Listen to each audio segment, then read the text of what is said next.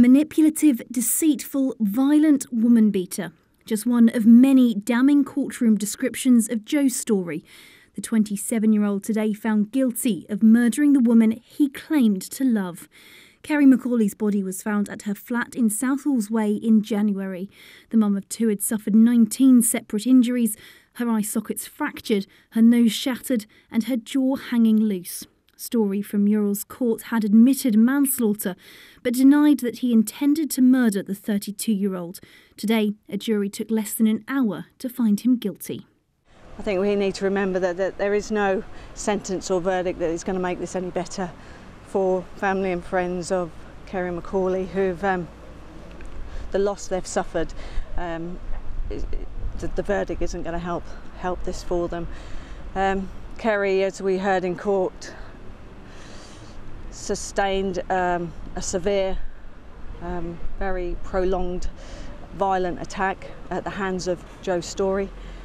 The level of violence so extreme that it even affected officers that worked on this case. Over a 2-week trial, Norwich Crown Court heard about a relationship with a history of violence.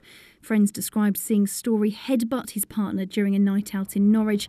And in another incident, Ms McAuley flew home early from a trip to Rome due to Storey's aggressive behaviour and an argument over an iPhone. The court heard that the pair had exchanged 21,000 messages and calls since meeting on Facebook in 2015. In examples read to the jury, Miss McAuley had called Storey a dirty, lying cheat of a woman beater and said he'd broken her inside and out. But it was in January when a whole community was left devastated after a night out in Norwich. Storey, fuelled by drink and drugs, launched into a savage attack, leaving his partner for dead. He even returned to the scene hours later, but still refused to call for medical help. Ms McAuley wasn't found until her mum and brother visited the flat. It's a chilling crime to deal with, very emotive.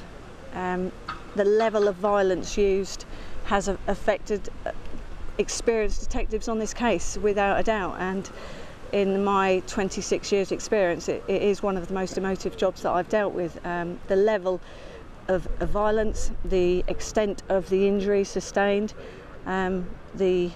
it's horrific and has affected family that have had to listen to that evidence, and also jury members have been in tears because of the evidence heard during this trial. This afternoon, emotional scenes outside court from the family forced to live through their worst nightmare. Kerri's mum, Leslie, has tonight paid tribute to a fun-loving girl who lived for her children, describing her heartbreak as a waste of a beautiful soul so cruelly and heartlessly taken. Storey himself showed no emotion as the verdict was announced.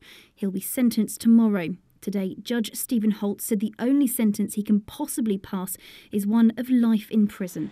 And the only question that remains is how long the minimum term should be. Lauren Du Bois, Mustard TV, Norwich.